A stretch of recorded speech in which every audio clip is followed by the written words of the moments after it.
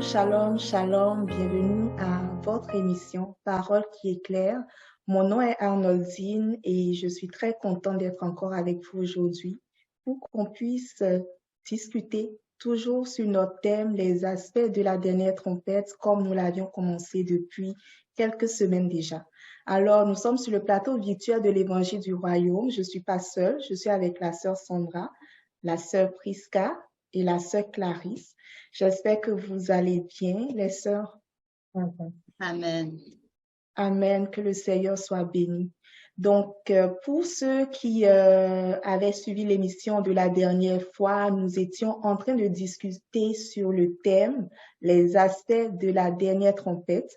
Et dans les émissions précédentes, nous avons eu à vraiment discuter sur la signification de la trompette dans l'ère de l'Évangile. Nous avions parlé aussi de ceux-là qui doivent sonner la trompette, que ce soit dans l'Ancien Testament comme dans le Nouveau Testament. Aujourd'hui, nous voulons aller à un autre niveau, toujours sur le thème les aspects de la dernière trompette, et nous voulons vraiment plus nous accentuer sur le voyage vers la plénitude en Christ.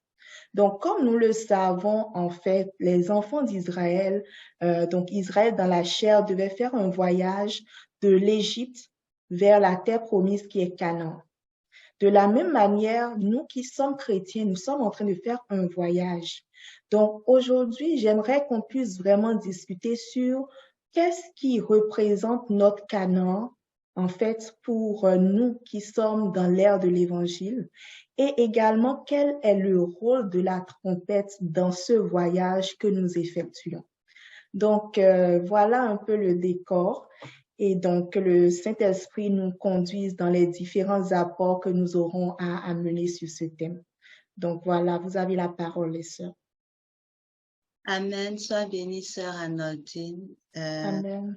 Je bénis le Seigneur vraiment pour ce thème que nous sommes en train de regarder déjà depuis quelques semaines, quelques émissions.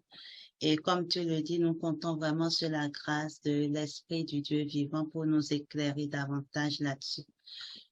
Comme on peut le savoir, en tout cas pour tous ceux qui sont nés de nouveau, nous savons que nous avons un voyage au fait devant nous. Quand on est de nouveau, c'est pas comme si c'était fini là. Ça ne fait que commencer. C'est le début au fait d'un long parcours avec le Seigneur, un peu comme les enfants d'Israël. Quand le Seigneur les a délivrés au fait de l'Égypte et qu'il les a fait traverser au fait la mer Rouge, on s'entend que le Seigneur leur a dit qu'ils doivent aller dans la terre promise. C'est ça au fait l'héritage que le Seigneur leur a donné à Israël dans la chair. Donc ils avaient un voyage à faire. Un voyage vraiment dans le désert jusqu'à atteindre ou entrer dans la terre promise et prendre possession de cette terre-là. Donc pour nous aussi, c'est vrai, ce n'est pas un voyage physique comme Israël, mais c'est un voyage spirituel que nous avons à faire. Et nous, c'est vraiment le voyage spirituel, vers la plénitude de la vie en Christ. Parce que Christ est notre héritage. Nous voulons être comme lui. Nous voulons être parfaitement comme lui. Donc, nous faisons le voyage spirituel vers la plénitude de la vie en Christ.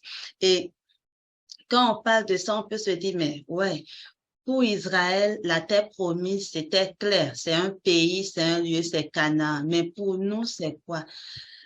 Ben, je pourrais dire que pour nous, la terre promise, c'est vraiment la révélation de Christ. Parce que nous avons dit tantôt que Christ est notre héritage. Donc, la terre promise, c'est vraiment la révélation de Christ, la révélation des multiples facettes, vraiment qui il est. Donc, pendant tout ce voyage-là, le Seigneur prend le soin de se révéler à nous. Et c'est ça notre voyage. Il y a des obstacles sur le chemin, il y a des embûches, mais le projet, le plan de l'Éternel est très clair. Et pour nous qui désirons non seulement entrer dans ce pays, mais posséder le pays, on se plie aux exigences au fait du Seigneur pour recevoir cette révélation-là que le Seigneur nous donne. Parce que nous voulons savoir comment est-ce que nous pouvons entrer vraiment en réelle communion, en relation avec ce grand Dieu-là et bénéficier de son caractère. Nous voulons avoir son caractère en nous, nous voulons avoir sa vie en nous. Donc, c'est ça la terre promise pour nous aujourd'hui. Et pour Israël, ils sont entrés dans la terre promise, c'est une étape, mais il faut posséder également cette terre-là. Donc, posséder Amen. la terre promise pour nous, c'est vraiment entrer dans la perfection. C'est entrer dans la perfection de tout cela, la plénitude de la vie. Que ce soit vraiment dans la gloire, la vie de Christ, l'honneur, c'est ça pour nous posséder. Donc, une fois que le Seigneur nous révèle vraiment qui il est, il va nous montrer aussi comment est-ce qu'on fait pour parvenir à qui il est, en fait. Et lui-même, il viendra maintenant pour nous parfaire. Ça voudrait dire que nous avons possédé cette terre promise-là. Mais on s'entend, Israël dans la chair, ils allaient d'étape en étape, de repos en repos, jusqu'à ce qu'ils entrent dans le repos total, si on veut, dans la terre promise pour le repos total. Donc, pour nous aussi, ce voyage, on doit comprendre que c'est progressif. Il y a des étapes. À chaque étape, on se souvient pour Israël, c'est le son de la trompette, parce qu'on l'avait dit, la trompette servait, oui, pour le rassemblement, mais aussi pour le départ des camps. Donc, à chaque fois qu'on doit comme entrer dans une autre phase, si je peux le dire comme ça avec le Seigneur, c'est le son de la trompette, au fait, qui nous fait entrer dans cette étape-là, progressivement jusqu'à ce qu'on entre ou on entre dans la perfection. Donc, je vais m'arrêter là pour le moment, puis je vais laisser également l'opportunité aux sœurs de partager leurs points. Soyons bénis. Amen. Sois bénie, sœur Sandra. Amen. Sois bénie, sœur Sandra. Je vais parler à ta suite. Nous allons dans le même sens. Je dis que, effectivement, le peuple d'Israël, la terre promise a été pour eux vraiment une terre où ils allaient comme avoir le repos, où ils allaient avoir le repos définitif, parce que le son de la trompette, comme tu l'as dit, dévançait en fait chaque étape, chaque repos en fait du peuple d'Israël. Et que c'est lorsqu'on entendait le son de la trompette qu'ils allaient de repos en repos. Donc c'est comme la trompette annonçait en fait leur repos à chaque fois qu'ils devaient entrer dans le repos. Mais nous aussi, on peut le voir dans Hébreux 4, on va le lire. Hébreux 4. Hébreux 4 à partir du verset 8, il dit, car si Josué leur eût donné le repos, il ne parlerait pas après cela d'un autre jour. Et que le peuple a possédé la terre promise, mais en quelque sorte, c'est pas le repos en tant que repos que le peuple a, comme on dit, a eu. Parce qu'il est dit dans ce passage de Hébreux 4 que si c'était le repos, pourquoi est-ce qu'on parlerait encore d'un autre jour? Fait que nous qui sommes dans l'âge de l'Église, c'est une bonne nouvelle. La Bible dit que dans le même chapitre, à partir du verset 9, il dit, il a donc un repos de sabbat réservé au peuple de Dieu, c'est-à-dire à nous qui sommes peuple du Seigneur, qui marchons avec le Seigneur. Et dans le verset, il dit, car celui qui entre dans le repos de Dieu se repose de toutes ses œuvres, comme Dieu s'est reposé des siennes. Et il continue pour dire, il faut qu'on s'efforce, parce qu'on s'efforce, qu'on travaille pour entrer dans ce repos-là. Mais ce repos, c'est quoi pour nous? Comme la sœur Sandra l'a dit, ce repos est seulement lorsque nous allons entrer dans la perfection et la plénitude de la vie et de la puissance de la gloire de Christ. C'est en ce moment qu'on dira qu'on est dans le repos. Parce que même que le peuple d'Israël ait foulé la terre promise, on dit que pour la posséder, ce peuple a eu à combattre. Ce peuple a combattu pour posséder cette terre. C'est que c'est pas arrêté du fait que leur pied ait foulé la terre. Mais pour posséder cette terre, pour être en paix, en quelque sorte, ils ont eu à combattre. Et donc, c'est comme cela aussi que nous sommes en train de vivre. Nous sommes en train de combattre. Nous allons de repos en repos. Nous avons été rachetés. C'est-à-dire, nous avons fini avec le péché. C'est une sorte, c'est un repos pour nous. Mais c'est pas le repos définitif. C'est que tant que nous ne sommes pas entrés dans la plénitude, ça veut dire qu'on va continuer de mener des combats. Amen. On va continuer de mener des combats. Mais le peuple d'Israël, comme on a dit, c'est le son de la trompette. je vais dire, qui annonçait en fait ce repos-là. Pour nous aussi, c'est le son de la trompette, comme on l'a dit. On va pas revenir sur la définition de la trompette. Tout ce que nous prenons en marche, on a eu par le passé dans les émissions précédentes à parler de ce qu'est en fait le son de la trompette. Donc, on va pas revenir sur ça si vous nous le permettez.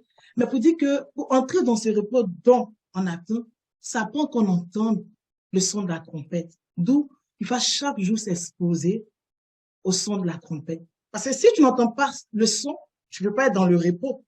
Donc, ça prend qu'on entende le son de la trompette. Parce que le son de la trompette, ça nous expose en fait à, comment dire, à des victoires. Le son de la trompette nous expose, je veux dire, à une grande lumière, une révélation en fait de la parole de Dieu. Et à mesure que nous nous exposons à ce son de la trompette, la lumière que nous avons du Christ, la lumière que nous avons de la parole de Dieu devient de plus en plus grande. Devient de plus en plus grande. Le premier repos que Israël a eu, le deuxième était plus, je veux dire, plus, je pourrais dire, confortable que le premier. À mesure qu'ils avançaient de repos en repos, c'était en fait proche du plus grand repos, en fait. Donc, c'est comme ça pour nous. À mesure qu'on va entendre la parole de Dieu, on va entendre le son de la trompette, on sera en train d'avancer vers le repos. Mais en même temps, on sera en train de faire des grandes expériences avec le Seigneur. De grandes expériences avec le Seigneur. Donc, pour dire que notre marche consiste à aller atteindre, à aller posséder ce repos, aller entrer dans cette plénitude de la vie de Christ. Si on n'est pas encore parvenu à cela, on ne doit pas se dire que le repos, on ne doit pas se contenter de ce repos qu'on a aujourd'hui. Parce que ce repos-là, il n'est pas encore, je vais dire, total, il n'est pas plein. Or, la plénitude du vrai repos, ça nous attend devant. Donc, ça prend qu'on s'expose chaque jour au son de la trompette. Parce que c'est quand on va entendre la trompette, on saura à quel moment il faut s'élever. On saura à quel moment il faut s'y reposer. Donc, je vais m'arrêter à ce point et puis laisser les sœurs continuer si elles ont de quoi dire. Que le Seigneur nous bénisse. Amen. Que le Seigneur te bénisse, Clarisse. Amen. Donc, je vais dans la même continuité pour parler vraiment de la plénitude, en fait, de la vie de Christ. Je le mettrai en relation avec la vocation céleste de Dieu en Jésus-Christ. Précédemment, on l'a abordé et on a vu un peu quels sont les éléments, en fait, de cet héritage auquel le Seigneur nous appelle, dans la vocation céleste. Et on a parlé, en fait, de devenir un esprit vivifiant dans 1 Corinthiens et 15, dans plusieurs versets. Donc, de devenir vraiment un esprit vivifiant. On a parlé également de devenir immortel, vraiment de devenir incorruptible, donc plusieurs éléments. Et lorsqu'on voit en fait ce voyage vers la plénitude, c'est un voyage qui nous permet d'expérimenter plusieurs niveaux, plusieurs expériences en fait, pour arriver en fait à devenir cet esprit vivifiant, de rentrer vraiment dans notre héritage complet en fait, qui est en Christ. Et on peut le lire dans 2 Corinthiens, le chapitre 5, le verset 4, qui dit « Car tandis que nous sommes dans cette tente, nous gémissons accablés parce que nous voulons non pas nous dépouiller, mais nous revêtir, afin que ce qui est mortel soit englouti par la vie. » Donc nous voyons en fait que en lien avec la vocation céleste de Dieu en Jésus-Christ, en fait, Paul disait là, il ne voulait pas en fait se dévêtir, mais il voulait vraiment revêtir en fait cette tente-là et ce domicile en fait final, ce domicile céleste que Dieu a préparé pour lui. Donc lorsqu'on voit en fait le voyage vers la plénitude, c'est ce voyage-là par lequel on fait plusieurs expériences avec le Seigneur. Et comme la sœur Clarisse l'a mentionné, ce sont des expériences en fait glorieuses. C'est-à-dire que le premier niveau de repos n'est pas le même que le deuxième niveau de repos.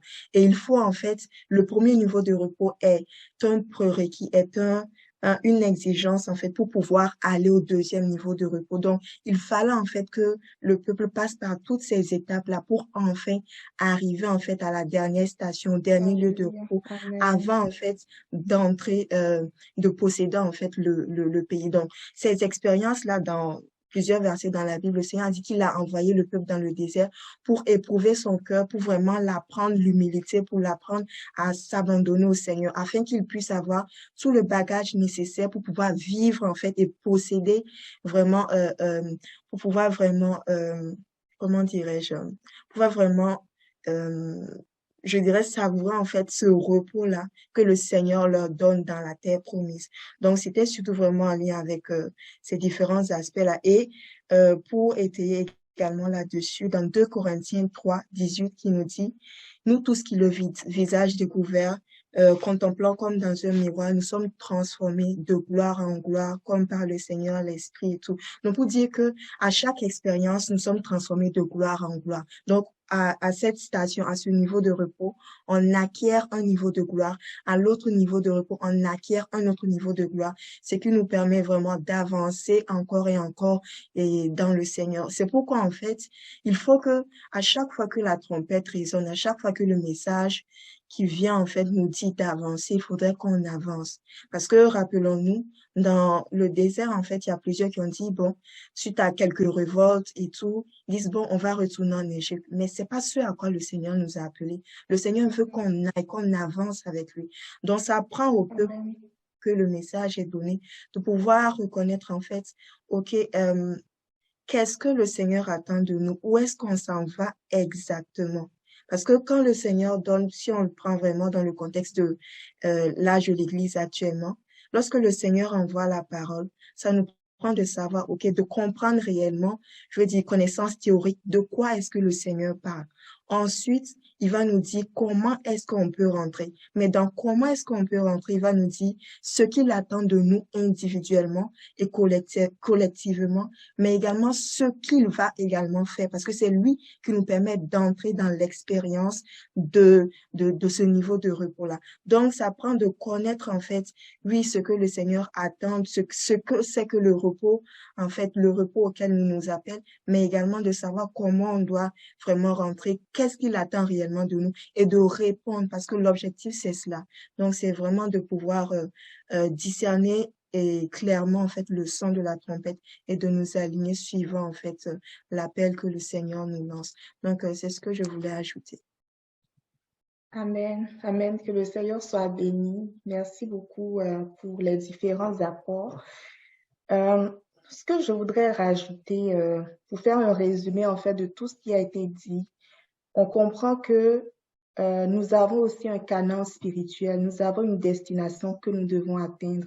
Et comme l'a dit le verset que tu viens de lire, 2 Corinthiens 10, verset 4, c'est bien ça, qui parlait de notre domicile céleste, en fait. C'est pas comme, c'est vraiment une nature, en fait, que nous allons acquérir. Et je voulais qu'on lise dans le verset de 1 Jean, dans le livre de 1 Jean, pardon, le chapitre 3.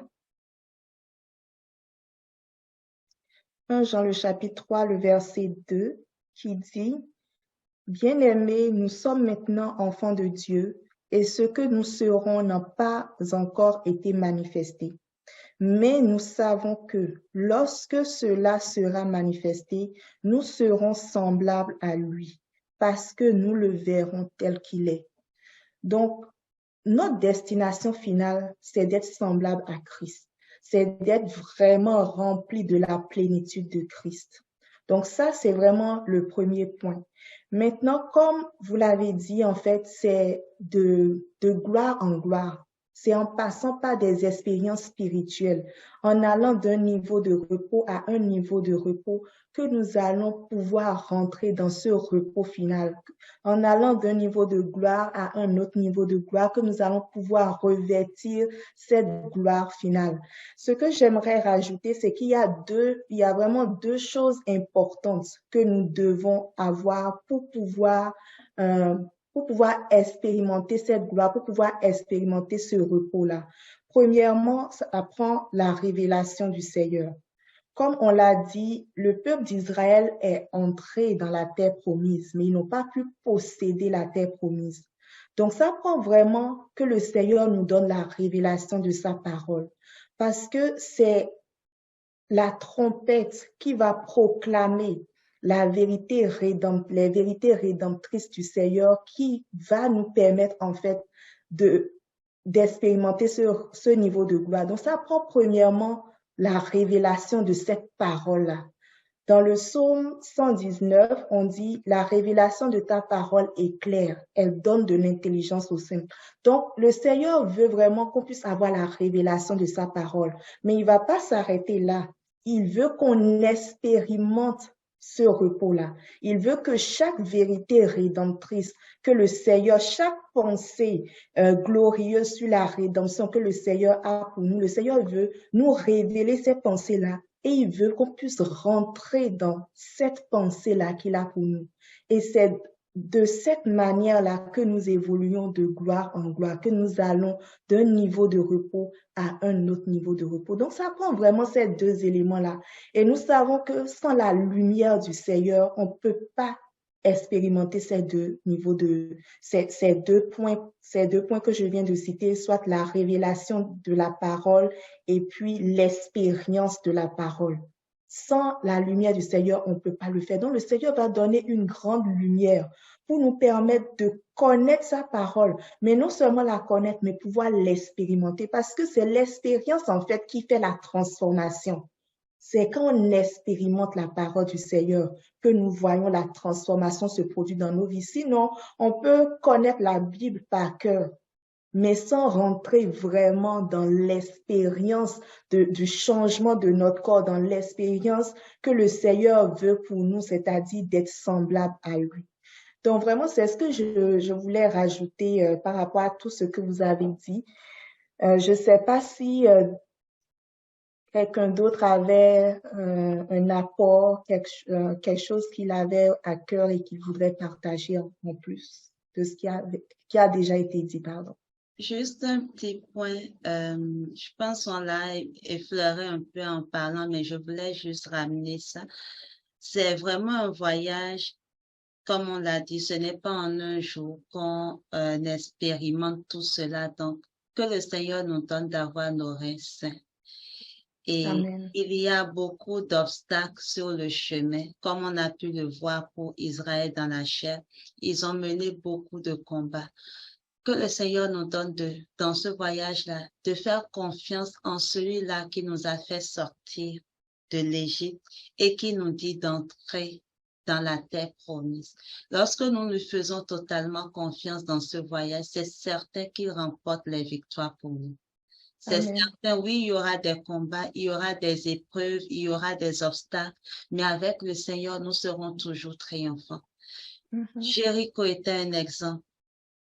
Israël ne pouvait pas par lui-même, mais parce que c'est le Seigneur qui leur a dit d'y aller et que c'est son peuple, il a fait vraiment tout ce qui pouvait être fait. Il leur a donné au fait la victoire. Je dirais peut-être facilement, il leur a donné vraiment cette victoire. Donc, que le Seigneur nous donne, nous aussi, dans ce voyage spirituel, de faire confiance à notre Seigneur Jésus-Christ. Lui qui a promis de nous donner vraiment ce grand héritage-là.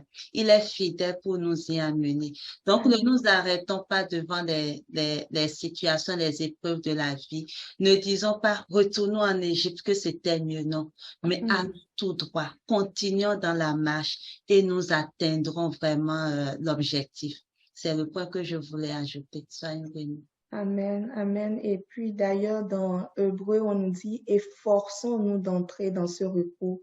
C'est parce qu'il y a de l'opposition, il va y avoir des combats, mais le Seigneur est avec nous. Et nous croyons que celui qui a fait la promesse, il est fidèle et juste pour nous faire rentrer dans cette promesse-là. Notre Dieu n'est pas un homme pour mentir, ni le Fils de l'homme pour se repentir, comme le dit la parole. Donc, nous comptons sur lui pour faire ce voyage vers la plénitude. Donc, nous sommes vraiment à la fin de cette émission sur vraiment le voyage vers la plénitude en Christ. Nous espérons vraiment que cette émission vous a béni. Si c'est le cas, vous pouvez nous laisser un commentaire. Si vous avez des questions également, vous pouvez nous poser vos questions sur le site de l'Évangile du Royaume. Alors que le Seigneur vous bénisse et que sa lumière continue de briller sur vos maisons. Shalom, shalom, shalom. Shalom.